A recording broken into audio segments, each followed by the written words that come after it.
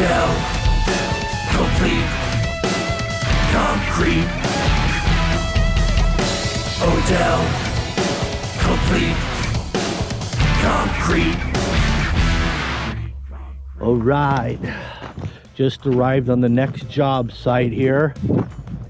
Got to do a little bit of driveway replacement down there. Doing this in 2 phases.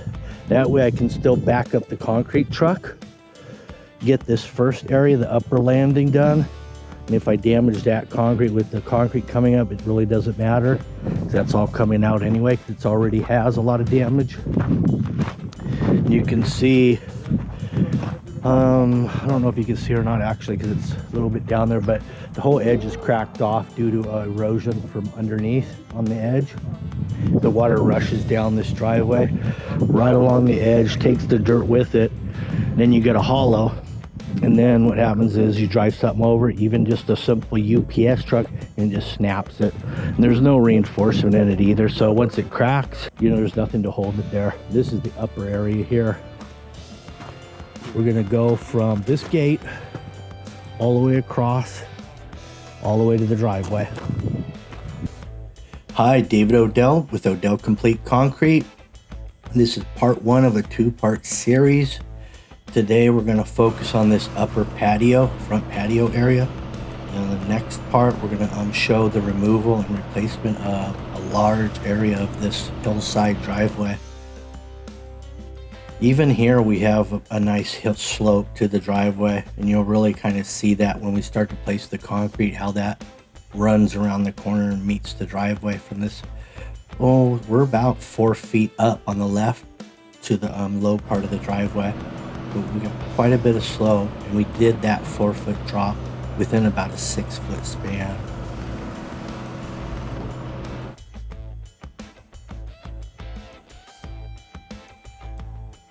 All the dirt we're removing here, I'm just kind of relocating it down here along the edge of this driveway where it kind of got washed out from the rain.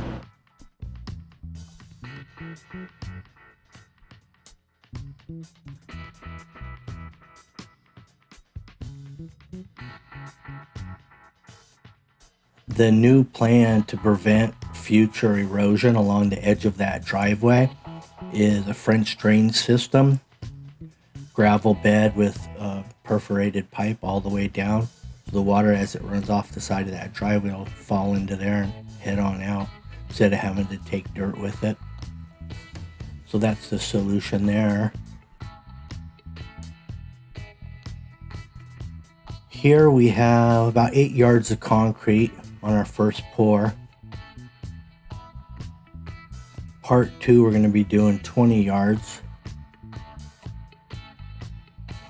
We're going to be using a 3000 psi pea-gravel mix with fiber mesh, and we're using a 2% retardant. Measure this right to the bottom, underneath the other part of the house now. Keep going over.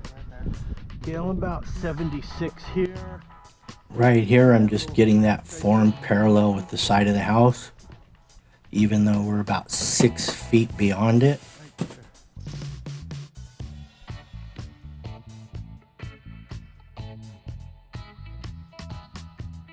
Tricky. Oh, it's coming down. Look. Yeah. So it's hard to get wood or any kind of material to bend in 2 directions simultaneously. In other words, we're going to be bending it down and we're curving it. A lot of times when you try to bend something that way, it'll twist. It won't be vertical anymore. Ooh, Eric, he just took a splinter to the eye. But this rubber stuff that I'm using, the plastic landscaping form, it bends in all those directions, especially when it's warm. It's really pliable, so you can get to maneuver how you want. That was a little notch out on that 2x4 to get over the footing of that gate post.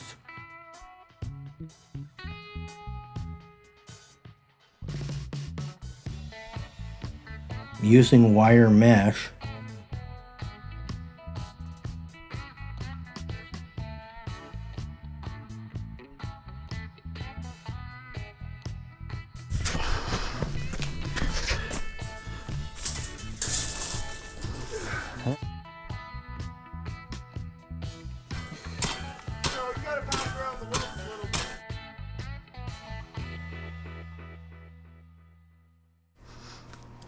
We'll see how far this has got to be. So I'm gonna set my screed board pretty much on the break point. So from that screed, from the left to right, that's your break to slope downhill to meet the driveway.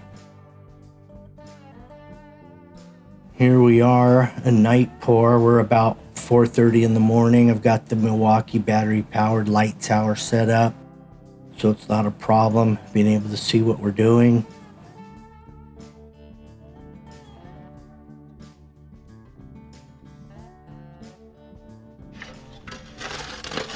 And I noticed as we were digging this out, or actually just in the morning, I started checking with my screed board, and I was going, this seems a little shallow in here. So I pulled the wire back up and dug some of that dirt out of there.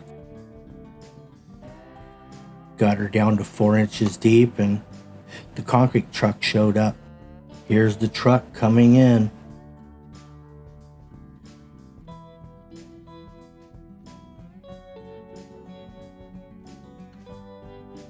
We got Kenny over here. He's gonna pump it out. And he took a shortcut with that hose rather than following the driveway all the way around and about. He just went straight up the hill. So that saved him about probably 75 feet of hose, maybe a little more. You can see it from here, the distance.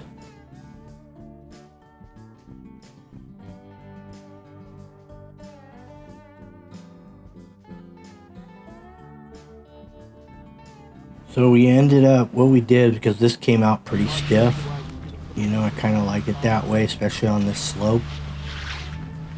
So we ended up pouring the slope part first, and then once we got this all shaped up, then we add a little bit water for the flatter areas.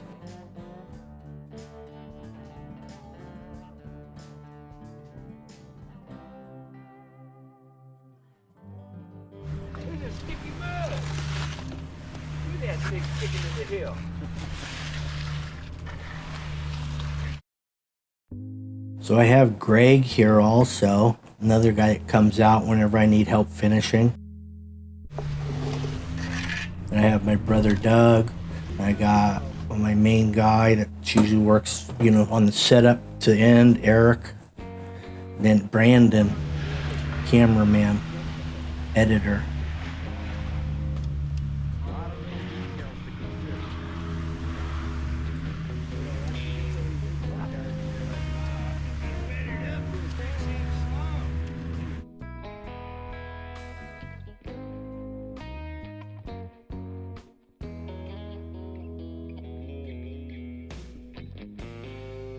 We got a 4-foot bull float there, and we're really working with a lot of contours on that section.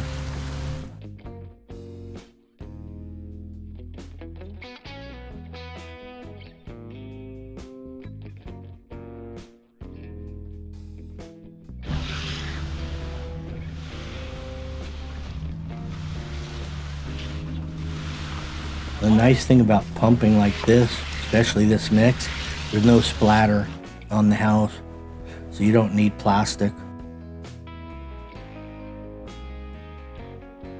Especially if you got a good pump guy. See, the hand float splatters more than the pump.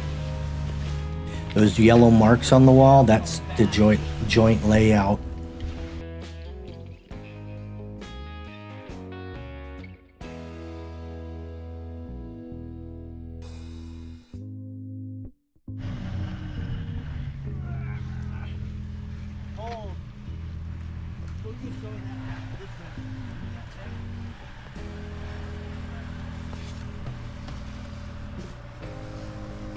So I'm gonna joint this out same day. You really can't wait to joint these. A lot of times I'll come back, but this time of year we gotta cut everything the same day. So we're gonna go ahead and joint it out.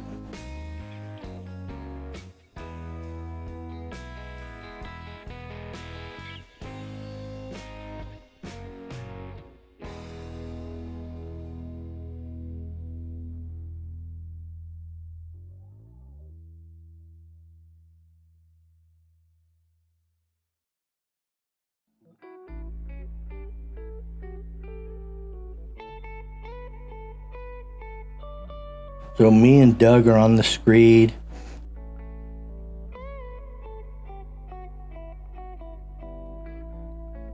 We have Greg on the bull float. Eric on the come along.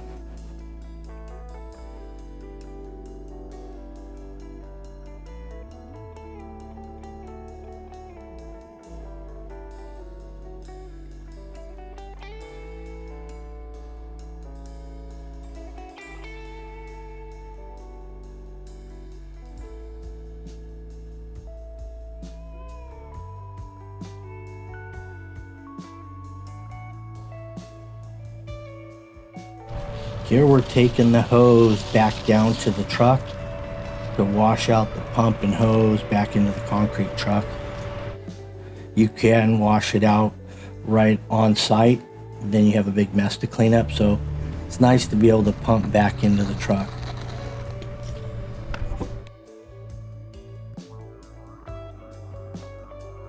Here's how I like to clean the edge, run the walking edge or backwards to clean it up, and then flip it around and run it the other direction.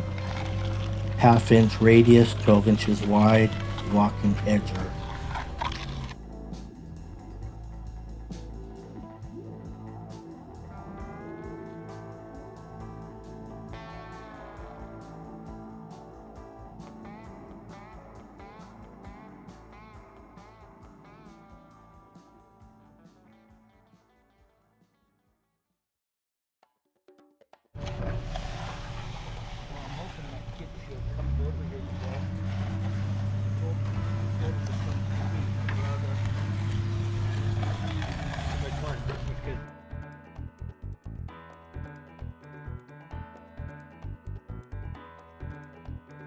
You can see how wore the can is. So I'm gonna see how it tastes after 3 years. This was interesting. Kenny's showing me this Red Bull here. Oh, it tastes like beer. Weird. That's what happens when Red Bull ferments. That's weird.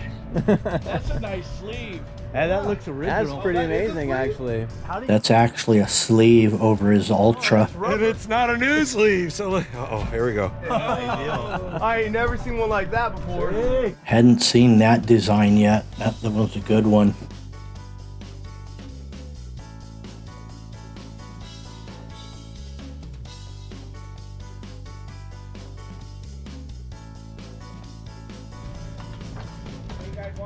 Right here I'm gonna dry snap the joint lines. I tied it to the pole and I'm just gonna pin that against the wall. Stretch the line tight and snap it.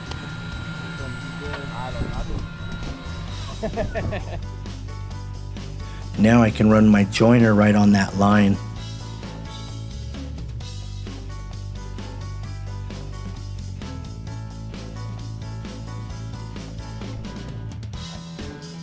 This particular joiner is 3 foot long and it's about 2 inches deep. That's your initial break of the concrete. Then you follow that up with just a 3/4 deep with 1/2 inch radius.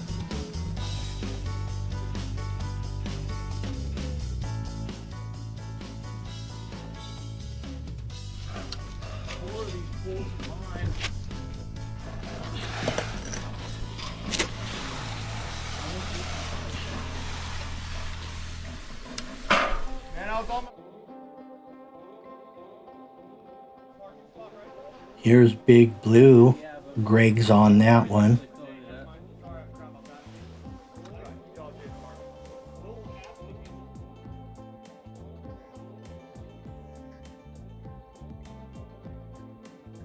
You notice we have 2 joints there.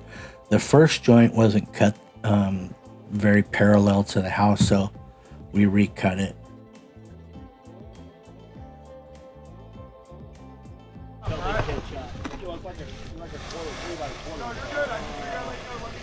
Oh, well, that's okay. You still get it. Yeah, I'm gonna have to throw up a big.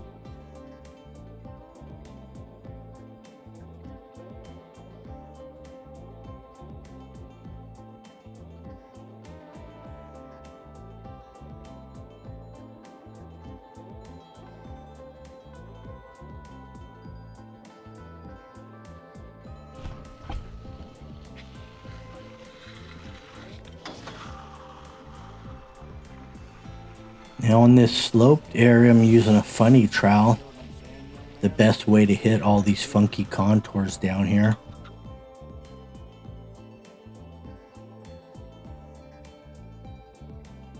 Basically, this whole concrete area is mostly going to be used for their turnaround. So they can head in here, back up into here, and head on out.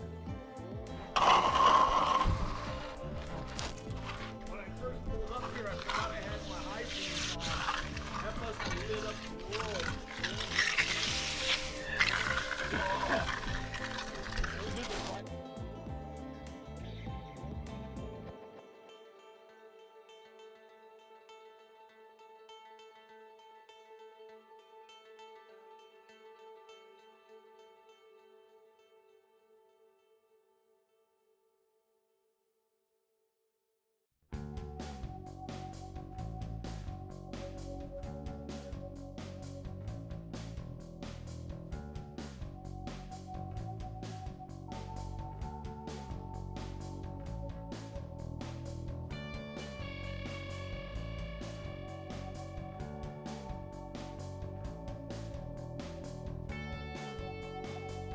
Nice aerial view.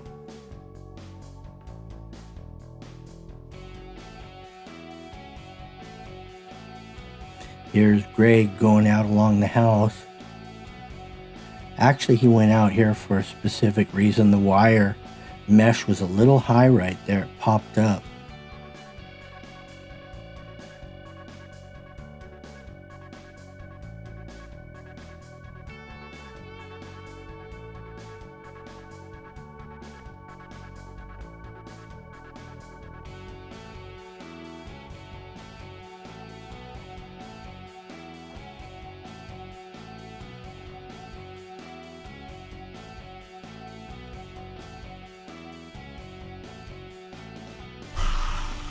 Greg went out there just a little early to get on that wire mesh. It left some holes, so trying to work them out, get them close, and then we'll come back through it again on the knee boards to really fine tune it.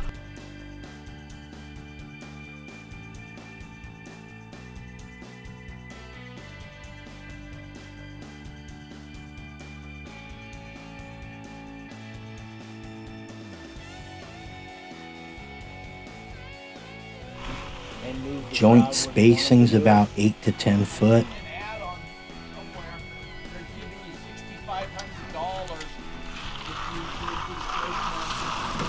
do real close whether fake things, not the old.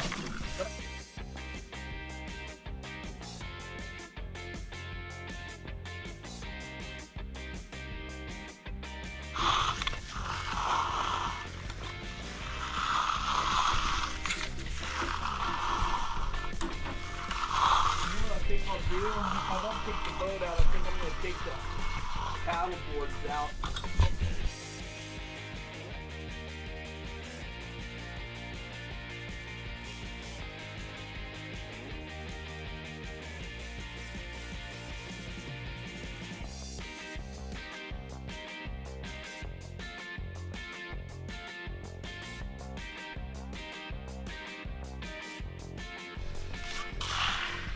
Here's just some standard knee boards. It's the only thing that's going to hold on this hillside.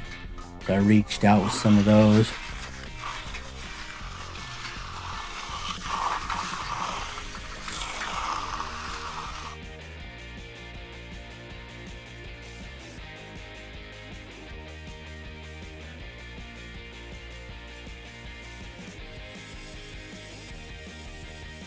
Here's Doug going out on the metal sliders, and it didn't work out very well for him because they just kept sliding down the hill.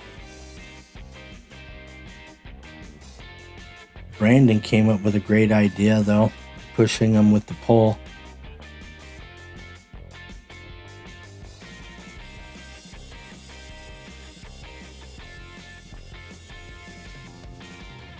Then he started moving fast when he put the pole in the right place.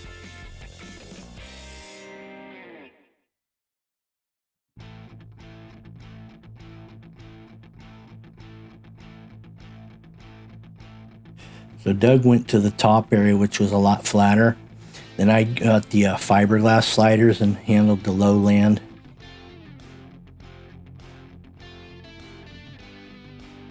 The fiberglass ones don't slide as much as the metal. Then if you really get on a slope, you gotta use plywood. I'm fine with a little water.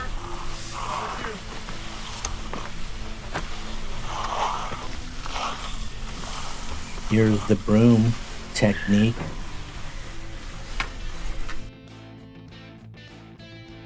That's Greg making it look easy on that broom. It's like the Picasso of concrete.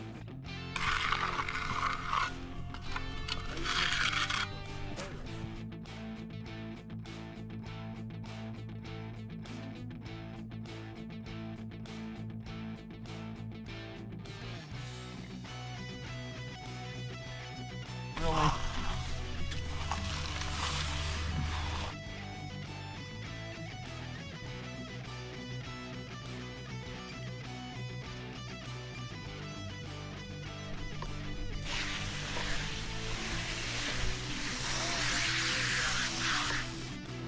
You notice the eaves on this roof, the water was splattering in the dirt, causing a stain at the bottom of the house. Now that won't happen anymore.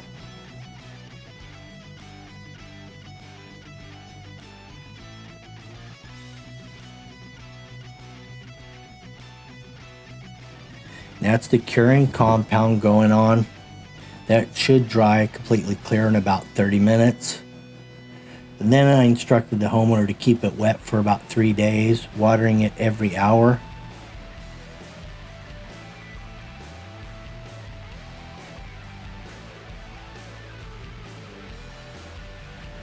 But there's a look at it from the aerial view. Looks real nice.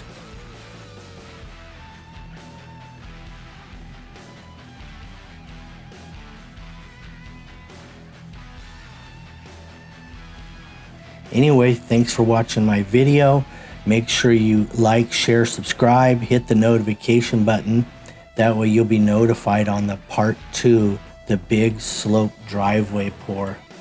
Have a good one. Bye.